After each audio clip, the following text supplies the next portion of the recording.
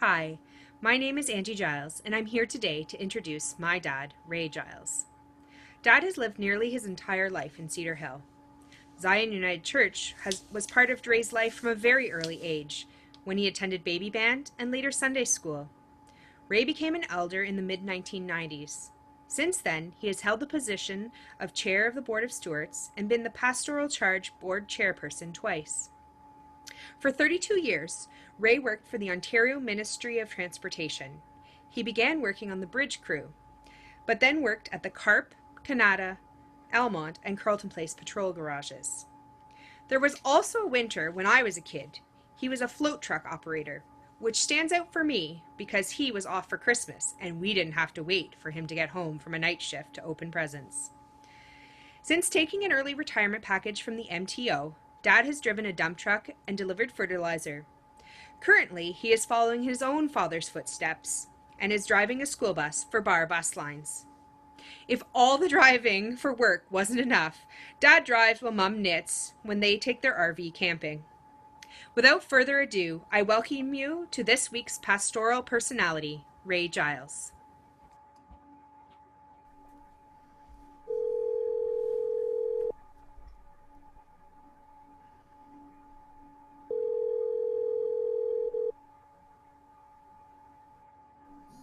Hello?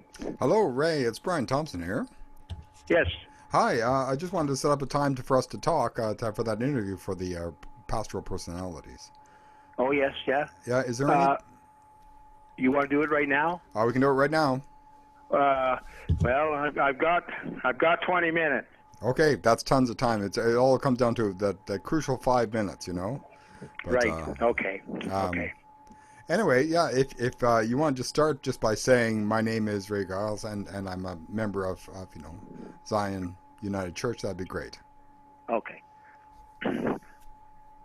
My name is Ray Giles, and I am a member of Zion United Church. Have been since I was 11 or 12 years old. Too many ahs in there, but now if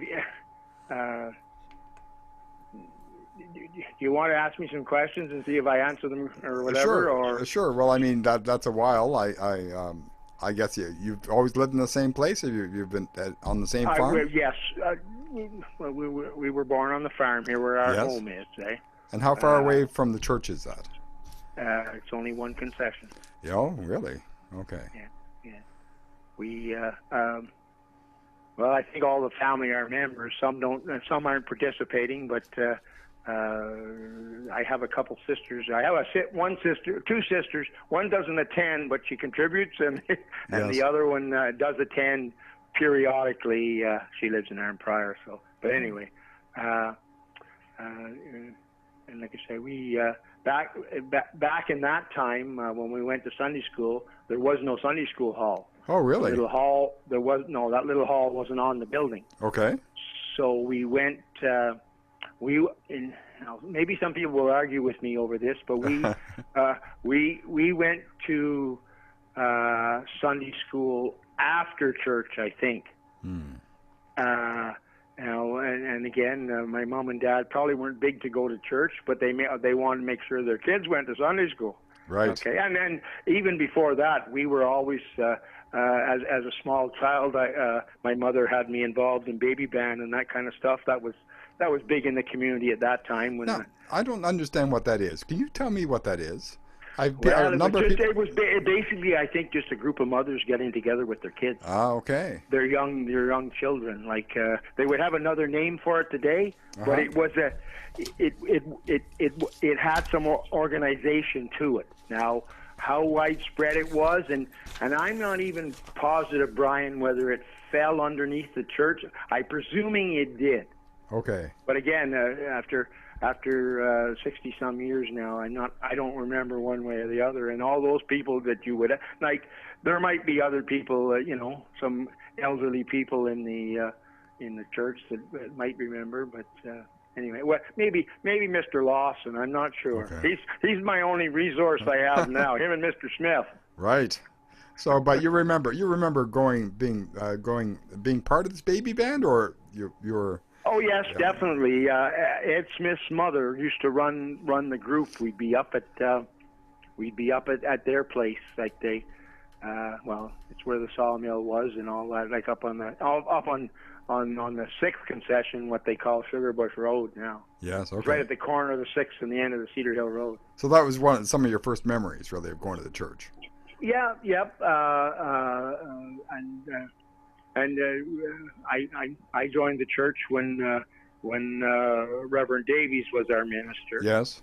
and I can always remember we would go to the manse in Pakenham there and attend our meetings to become members of the church. Mm. And, to be honest with you, Brian, I can't really remember the day that we all became confirmed or whatever at that day, but Yeah. I know, and no different than today. As once you got to be a teenager, Uh-huh. you kind of left the church Yes. Yes. for a little while, and then you had children of your own, and I guess you get the same.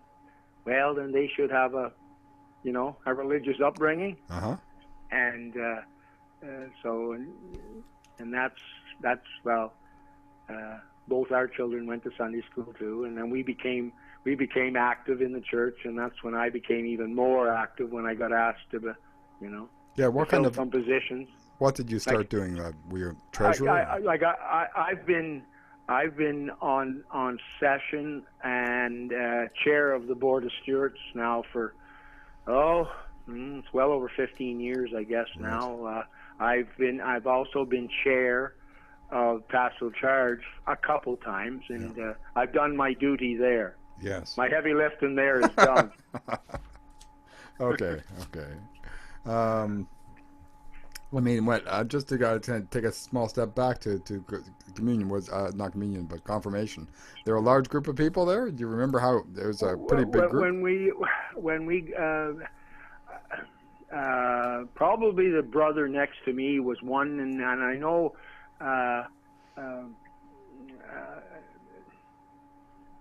One couple probably of Reverend Davies' own children. Yes. Because they were all about our age, Yeah. They were some of the things, and I know. Obviously, our dearly departed Margie. Margie says she never did join the church, but her sister was there.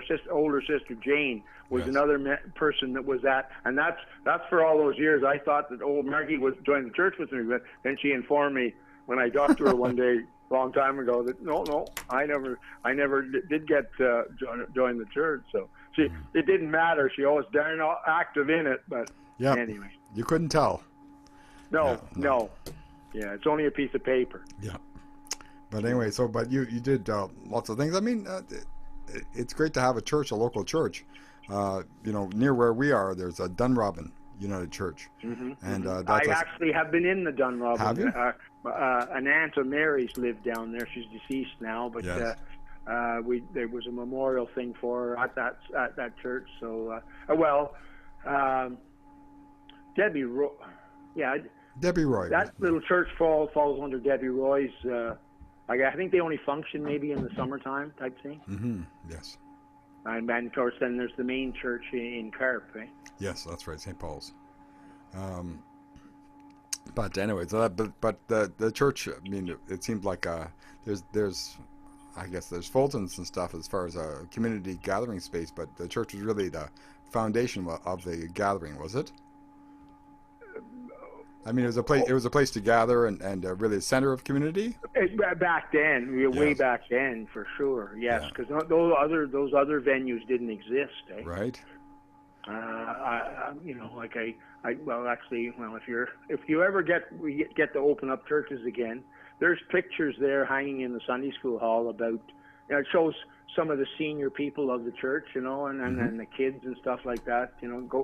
There's quite a bit of history there hanging on the walls. Well, I know Marilyn's sent me some the anniversary stuff, the booklets and stuff. So I had to look through those. But I mean, it seems pretty good. My parents grew up in Cantley, Quebec, and so they had the little United Church there, and it was kind of very similar.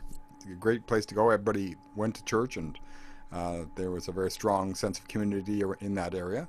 So And that for the people that are locals here in Cedar Hill, that yes, still exists here. yes, yeah.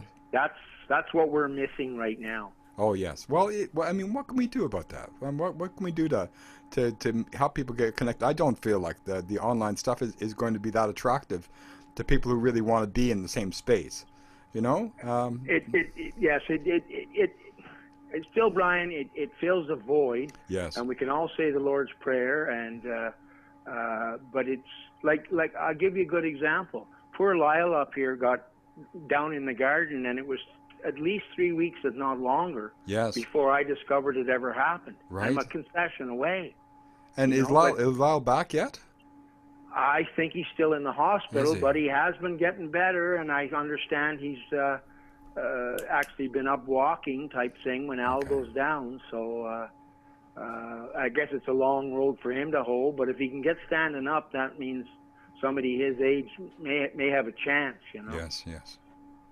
But yeah, that's the thing. I mean, physically being in the same space, really Yeah, helps us to connect. That like telephones and email and that type of thing just doesn't seem to do the same thing because you could get an email weeks after something happens, as you say. that's right. Yeah. Like I guess as a society, we're all still sustaining or whatever, but there's just that little thing we don't have.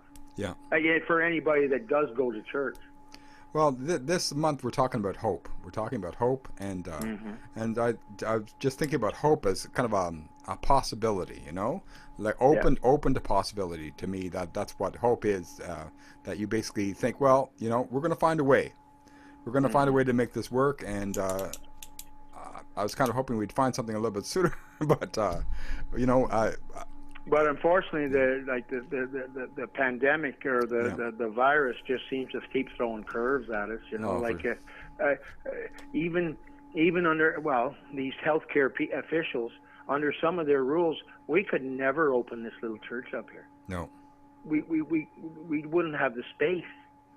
You know, like if they want you to distance, and of course, every healthcare official seems to have different rules that we have a hard time adhering to or whatever. Like now, grant you, they started closing schools completely, and now all of a sudden they're not closing schools completely. Yeah. They're trying to make them function. Like, well, the leader of the opposition had COVID last night, and he's able to make a speech. Yeah. Yeah. So how bad is COVID? Yeah, well, I mean that's the thing. I mean, for some people, it's just going to be a nose and cough, very gentle. But some people, it's going to kill them. Well, yeah, that's true. That's true. That's the thing. We don't want to do this to our neighbors. We don't want to hurt them. No, and that's why I'm dedicated. Well, I'm trying to get my visor down. Well, the visor's supposed to protect me. Like I'm driving the school bus. Right? Yes, I hear you. So, but like I say, anytime I'm anywhere, I always have my mask on. So anyway, well, like I say, I came. If you wanted a little information, I came from a family of 6. Yes. We all were raised here on this farm. Now my dad owned a couple other properties in the community.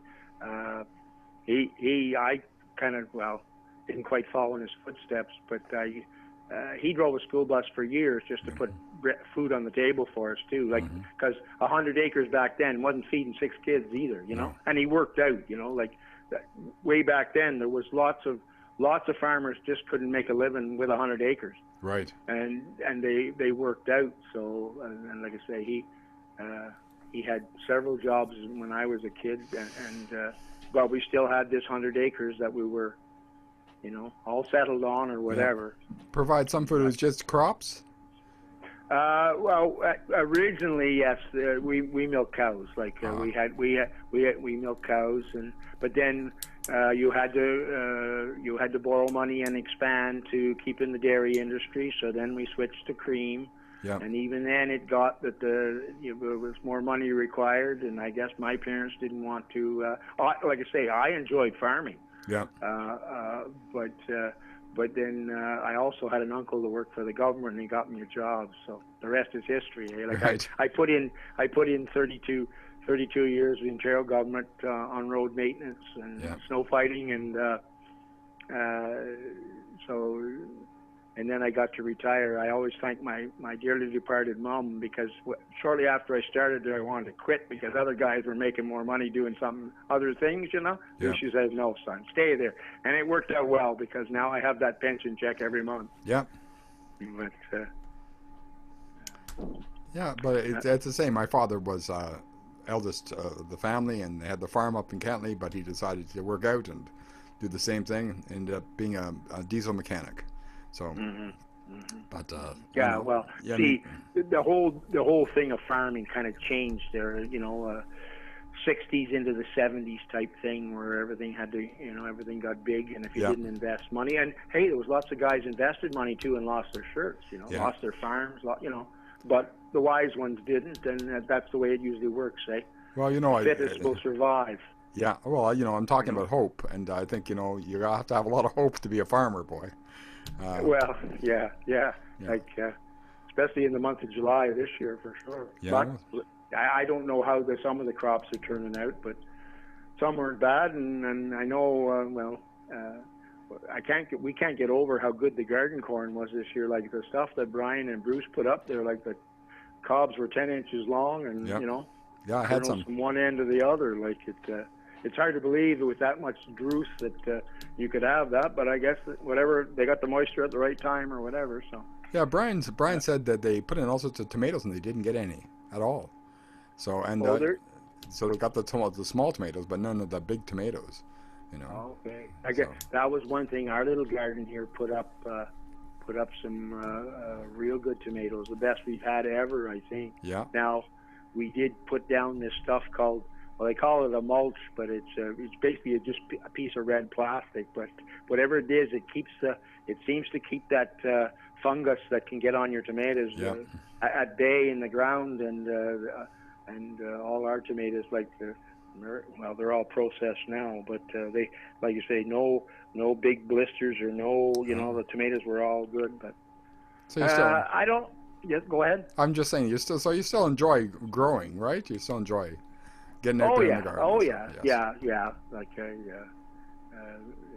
it used to be. It was when we built this place and I put the lawn in, and now the lawn's wore out now. Like it's not near as what it used to be. But the house across the road, you know, Jack Fulton. Well, Yes. Jack built it, eh?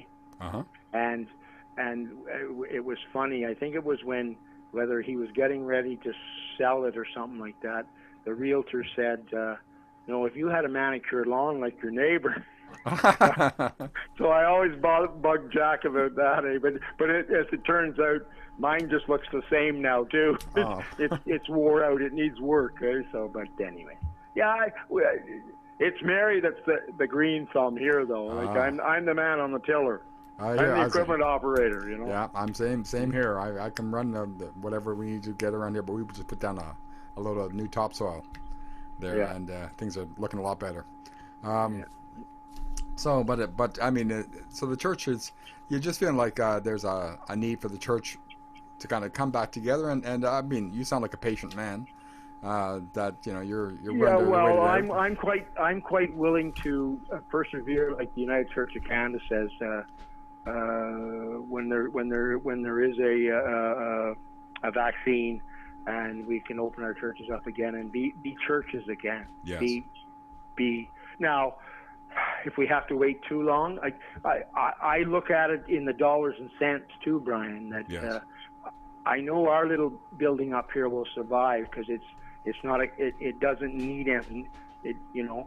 So now I haven't done it yet, but I was going to get Brian to give me some numbers on, you know, how have the contributions been over the COVID period, and is there, you know, and I mean to get myself on. I've been staying with, I'm not on par, but I have been contributing the same I would have been if I was sitting in a pew every Sunday. Oh, good.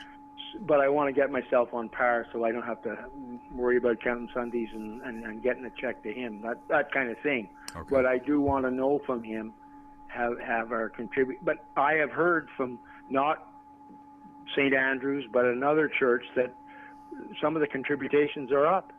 Yeah, in it's true. places. Well, people want the church to survive. They want the church to That's be there right. when everything When settles.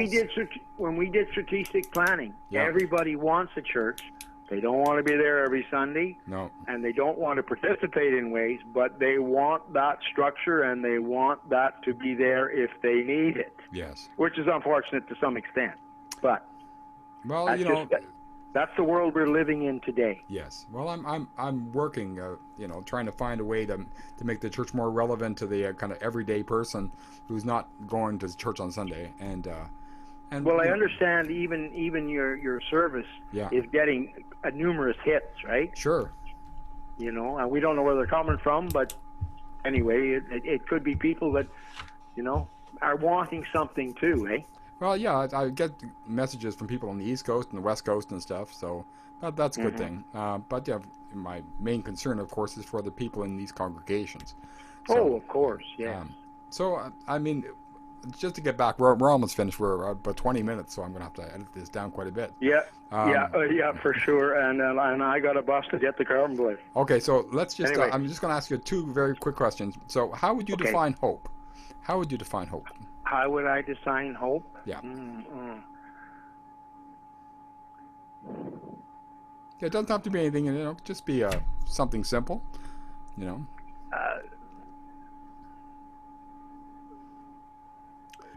was talking to me, Brian, life is hope.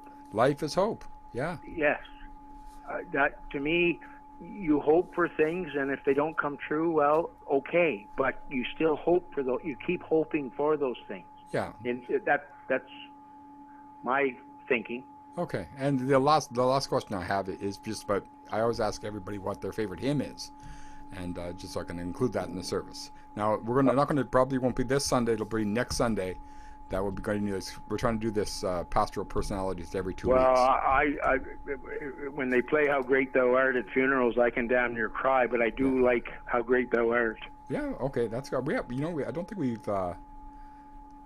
might have used it once, but it certainly is a great hymn. Yeah. Okay. Sure. I will let you get back to your work and stuff. But I really appreciate your time.